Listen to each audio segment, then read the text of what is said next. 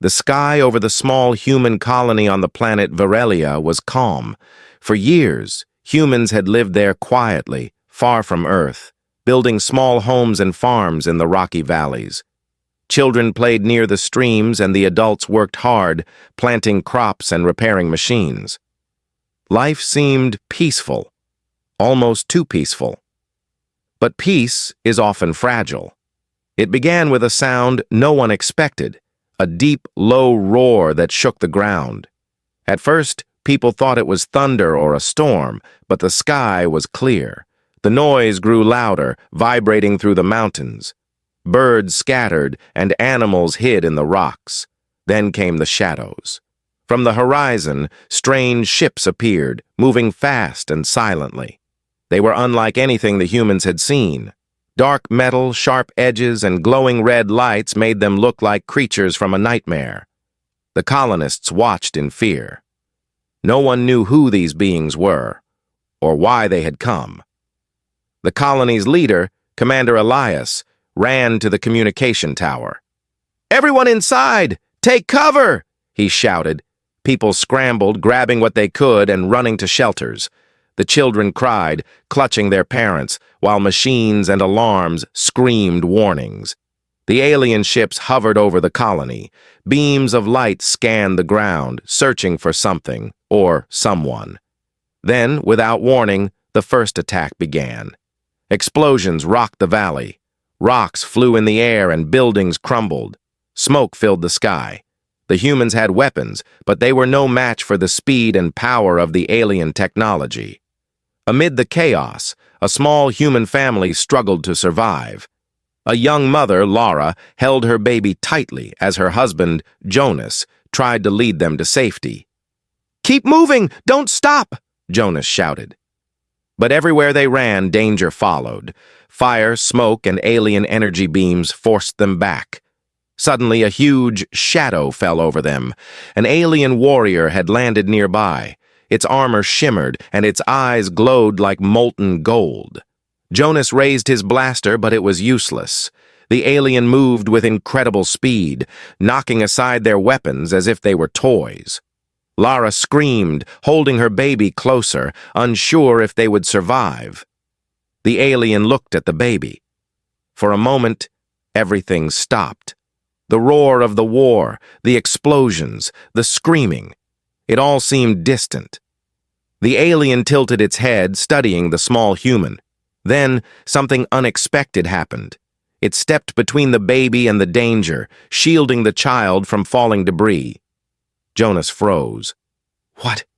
What is it doing?" he whispered. Lara's eyes widened in shock. The alien was saving their baby, but the humans didn't have time to wonder. The sky filled with more alien ships, and the colony was under heavy attack. Commander Elias shouted orders, trying to organize a defense, but it was chaos. Humans fired their weapons, but they were scattered and unprepared. The alien that protected the baby did not attack the humans. It only protected the child. The family ran through the ruins of the village. Jonas looked back and saw the alien lifting debris, throwing it aside and keeping the baby safe. Lara felt tears on her cheeks, a mix of fear and hope. It's saving our baby," she said, almost in disbelief. Meanwhile, in another part of the valley, the aliens attacking the colony were ruthless. Machines and ships moved with precision, destroying everything in their path. It was clear this was not a random attack. Someone, or something, wanted to wipe out the humans completely. But the mysterious alien protecting the baby acted differently. It moved with grace and intelligence, avoiding the fighting, focusing only on one goal, the child. It seemed to understand something the humans did not. Jonas and Lara ran toward the old caves on the edge of the colony, hoping for shelter. The alien followed at a distance, always watching, always keeping the baby safe. Occasionally, it would use its strength to move a fallen tree or a rock that blocked the path. Jonas wanted to thank it, but he was too afraid to approach. As they reached the cave, the family paused to catch their breath. The sound of war echoed behind them. Buildings burned, people screamed, and the alien ships circled above. Lara held the baby tightly, whispering soft words to calm it. The alien appeared outside the cave, standing like a guardian. Its glowing eyes watched the family, and for a moment, there was peace amid chaos. Jonas studied the alien. It was large, stronger than any human, with armor that reflected the firelight from the destroyed village. Yet its actions were gentle, careful, almost human-like. "Why is it helping us?"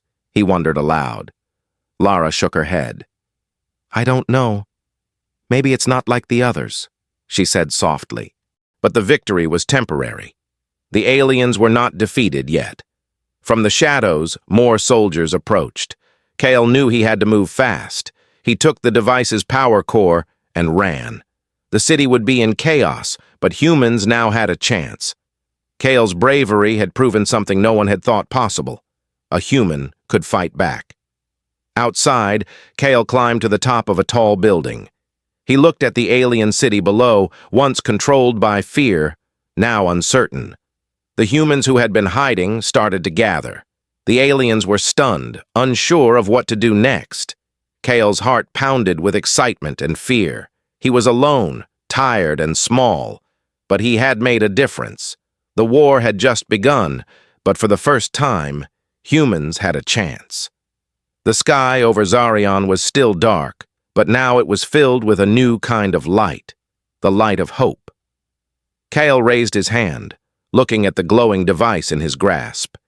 He had started something that would change the world forever, and somewhere in the shadows, the aliens realized one terrifying truth. Humans were primitive, but one human could prove them wrong. The first battle was over, but the war was only beginning.